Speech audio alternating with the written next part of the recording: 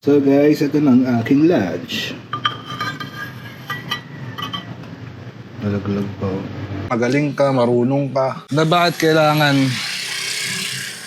na siratrat pa yung gamit? Ngayon, panatag ako. Magandang araw sa inyong lahat. Ngayon wala lang, isipan ko lang mag-vlog kaya cellphone tong gamit ko. Dala ko yung GoPro ko pero wala pa lang lamang battery. Kasi dito ako sa looban ngayon. Ay, nakakamisan dating BJ's Burger. Tambakan na lang siya ngayon. Ayan.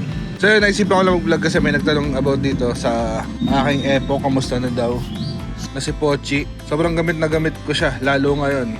At sobrang tipid niya din. Sobrang nakakatipid din ako dahil wala namang gas-gas yan, charge lang. Diba? Yan, itong Epoch H ko. Okay naman. Bali, ang tinakbo niya na is 2.4. Ano, 2.4 Odo. Wala naman nagbago sa performance nito. Sa 8 months niya, 8 months sa akin to ganun pa rin naman. At matagal pa rin malobat. Yun, kaya ako nandito sa looban kasi inatid ko si Ermat dyan sa may barangay. Tapos dumidiretso ako dito sa looban para wala lang, mag-kape. Kasi malaki rin yung compartment nito. Tingin ko kasi isang full helmet. Sobrang gamit na gamit ko. Tapos tong gulay board, ito mo, nag-a-alarm ka agad. Tong gulay board dyan, napakalapad dyan. Sobrang gamit na gamit dyan. Sa 8 months, walang pagbabago. Minsan, nakaplatan lang ako, ganun lang. Tapos minsan, nawalan ng busina yan. Pero malapit lang naman sa Cedar, kung saan ko nakuha to. Kaya, mapapaayos ko naman kagad. Siyempre, yung BJ's Burger. Sobrang okay ngayon kasi itong mga e-bike ngayon dahil nga syempre tumaas nga yung gas, diba? Kaya pasok na pasok sa panahon ngayon ng isang e-bike. 8 months, thumbs up. Pag hinatid ko kasi mama, dumidiretso ako dito. Yun nga, tambay-tambay lang sa lift, kakape. Dahil bumibili ako ng pagkain, gulay, pechay, kalabasa. Kasi may alaga ako dito eh. And pag-unga ko rito, matagal na rin sa akin to, parang 8 years, mga ganon. O higit pa, 10 years. Sa pagkakatanda ko. Bibigyan lang na sila na pagkain. Ayan, lalapit na yan. Hindi ko lang sila mabigyan ng maayos na kulungan pa. Tapos malit na kalabasa rin. Gusto nila yan. Ay, okay na sila. So ako, magkakape muna ako bago ako bumalik dun sa Cedar. Kasi itong Epo, konting ano lang, konting mag-a-alarm na rin kaagad. Minsan nga mas ayun, hindi na tumigil. Minsan nga maski yung ano lang, yung mga motor na alalakas ng pipe, nag-a-alarm na rin yun. Kamusta kayo dito sa looban? Wala, tahimik. Baya pa na? Wala nang magulo? Wala nang magulo. Bakit? Wala na kasi ako? Ganun? Alam mong kailangan mo? Kaya papatim lang muna akong kape. Kakape muna bago umuwi sa Big Night. Uy, yun na bagay. Siyempre, madami pa akong gagawin. Pogi ba ako dyan? Tambay lang saglit. Kasi pagbalik ko sa Cedar, luto ng pagkain, pagkain ng aso, mag-e-edit din ako ngayon. And then hapon 3 PM magsisimula na ako mag-prep para sa tindahan. So ito yung pagkakataon na makapag-relax muna. Lagi ko naman ginagawa to, lagi ako tumatambay dito. Basta hinatid ko si Ermat sa work niya. Twice a week lang naman ang work na yan, kaya hinahatid ko na siya. Kasi kung mga masaheros pa, o mag-movie, mag-aangkas, ang mahal nung pamasahe. Ang parang regular rate na pag mula dun sa Big Night hanggang dito sa dalan na 120, na 110, 120, mga ganun. So sayang din. Gising na ng umaga, hinahatid ko siya gamit tong e-bike ko na Epoch H. Lalo na ngayon dahil siyempre, alam naman natin na tumaas na nga yung gas. Siguro tataas din yung mga rate ng mga pamasahe ngayon sa mga sa lahat. jeep siguro, sa mga bus, sa mga angkas, sa Grab, lahat siguro tataas yan. Kasi pag tumaas ang gasolina, lahat yan, damay-damay yun. Alam naman natin lahat yan. So ayan, pabalik na ako sa Cedar. Sa auto may nalaglag na mangga. Uy, medyo hinog-hinog. Lambot-lambot na. Dito kasi sa looban, may 2 puno kami dito ng mangga. Isa kay Ermat. Isa din sa kita ko. Season ngayon ng mangga eh. Kaya jackpot may nalaglag. Ayan, pabalik na ako ng Cedar. Sobrang tipid. Sobrang gamit na gamit ko tong e-bike ko na to. Sobrang laking tulong sa tindahan. Mga malengke, may dapat bilhin, mga ganun. Kaya panalo na kumuha ako nito last year. Okay? Okay. Panalo.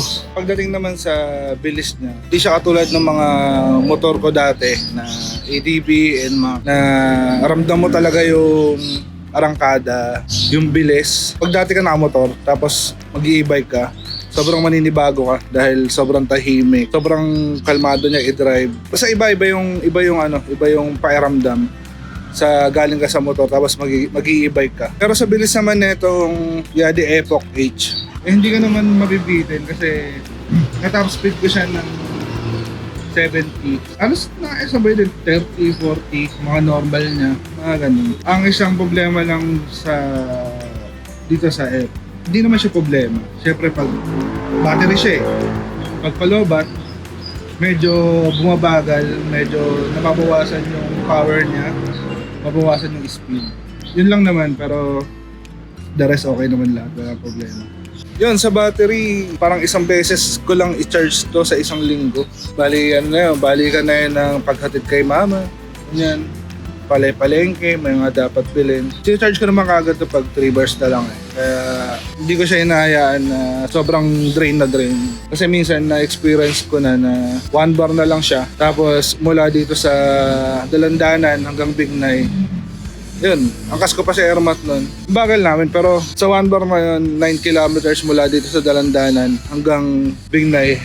Yung 1 bar na yun, nakauwi naman kami ng maayos sa Cedar. Yun lang, na-share ko lang din naman. Ayan, dito na ako sa bahay, no? Ayan, no? Pon, pakita mo nga yung dance mo, Pon. So, ito naman, kapum-pum naman. Kamat chest na. Pon, para yung dance.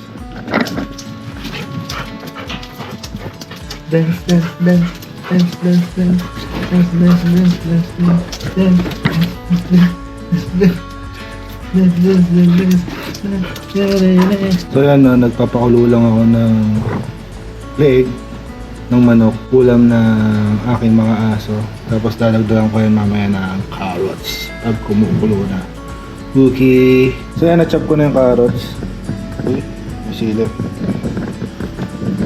Kumukulo na rin to, ilalagay ko na yan dyan para sa ulam ng aking mga aso. So yan, ito naman yung lunch ko. Tempo lang yan, nabili ko lang sa Osage. Gusto ko lang din subukan. So guys, ito na ang aking lunch. Malaglag pa. Pag tinatamad ka magluto, instant noodles na lang. Nice ba?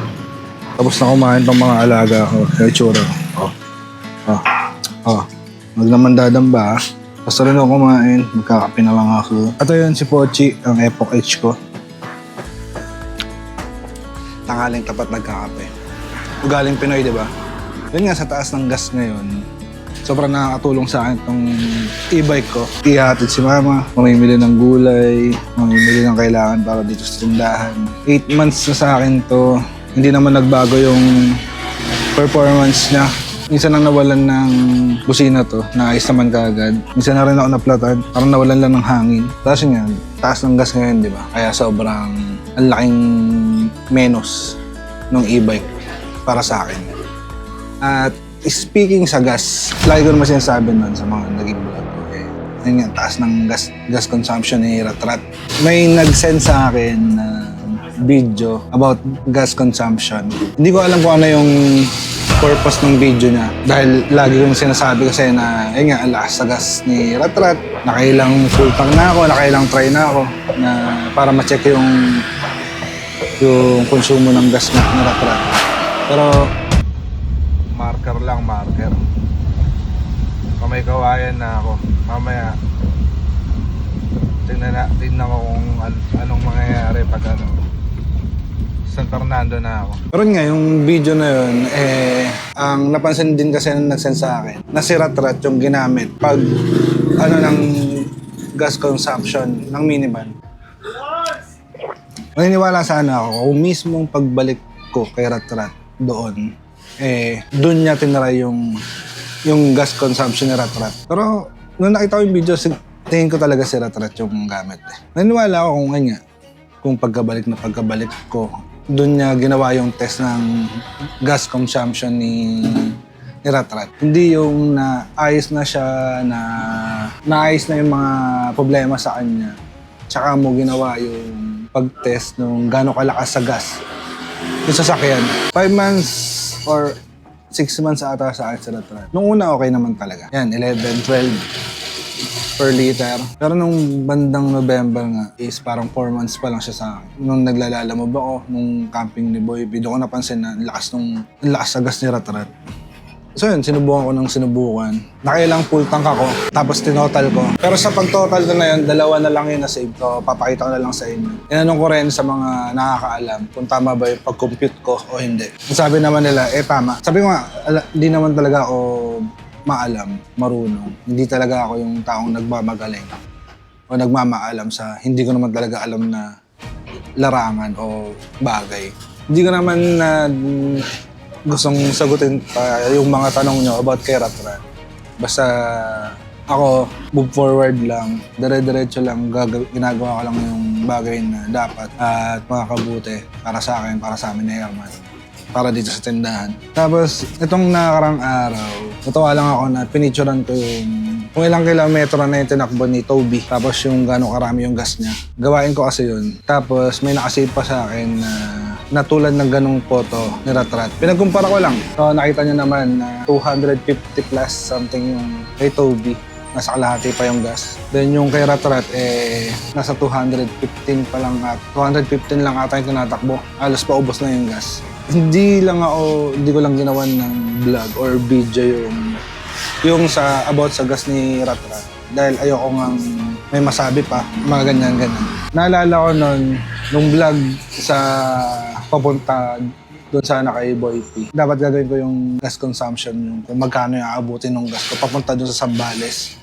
Doon sa camping ni Boy. Kaso nung nga, nakita ko nga, paubos na yung gas ko pagkadating ko doon sa campsite. So, hindi ko na sinama sa editing ko yun, sa vlog ko yun. So, yun, inaabot yung full tank ko ng 1,000... Ewan ko makikita. 1,036. Then, ayan, full tank. Ewan ko nakikita, no? Reset natin to.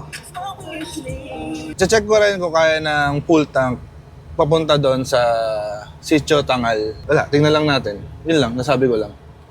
So, punta na akong Bukawi para daanan sila Gio. Let's go! Hindi ko alam kung ano yung purpose na kailangan gamitin mo pa yung si Ratrat. Pero yun nga, ayoko na sanang sagutin yung mga tanong nyo about kay Ratrat. Moving forward na ako sa mga bagay na ginagawa ko.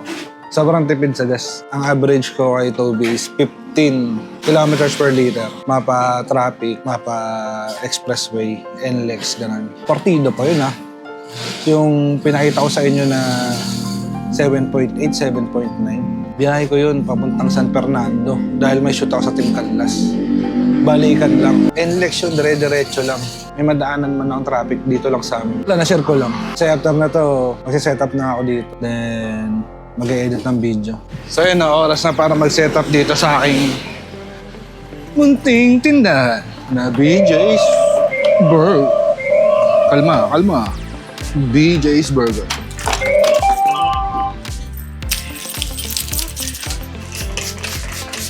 So yun, hindi ko lang talaga alam kung ano yung point ng video na yun.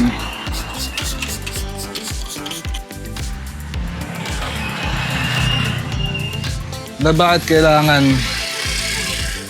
na sirat-rat pa yung gamitin, eh marami namang minivan. Di ba? Nakakatawa lang.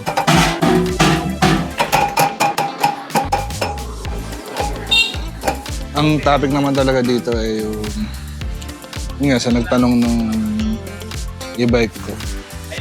Tapos nung kapitbahay ko na may tindahan, kumuha rin sila ng Yadi M6 ata yan. Sa akin, Epoch. Yun lang, na-share ko lang. All set na dito, kaya ganito yung mga upuan dito. Kasi soon magkakaroon na ng kape dito sa BJ's Burger. Then okay naman na yung lutuan ko. Fryer, mayo, cheese sauce. Okay na rin ng mga gulay. Yung basurahan ready na rin. At yung mga aso ko nakaabang. Say hi na. Babay na. Babay na. Pero yun nga, hindi ko lang talaga maintindihan bakit kailangan na ganun. Diba? So all set na ako dyan. Continue ko muna yung editing ko. Habang naghihintay ng customer. Edit muna.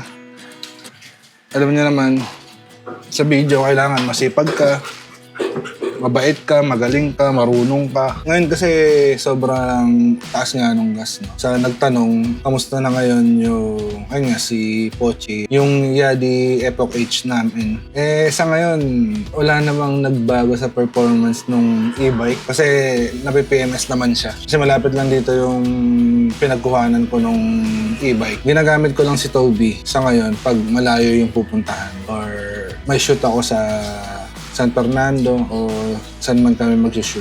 Mga ganun. 8 months na sa akin yung e-bike at wala namang pagbabago sa performance. Ganun pa rin yung takbo niya. May gear 1, may gear 2. Pag gear 1, sobrang kalmado lang.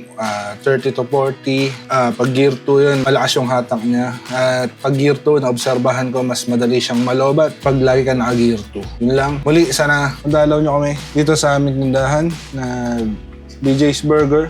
At soon, magkakaroon na ng mga coffee dito. Then, nagpa-plan din ako na magdagdag mga ilang pang pagkain sa menu ko. So, di ko alam kung maiba-vlog ko yun na mapakita ko kung ano yung mga idadagdag ko sa menu ko. At yun lang. Muli ako si Jumbo. Ito ang maliit kong kwento. Peace out. Ay, sus! Ay, sus! Ay, naku. Ay, naku. Tulog ka na. Tulog na. Tulog ka na. Sige na. Tulog na. Bye, peace. Ganyan lang ano. Sa inyo masyadong high-tech eh. Sa akin, ano, matik. Bukas sara, bukas sara. Ano na yan.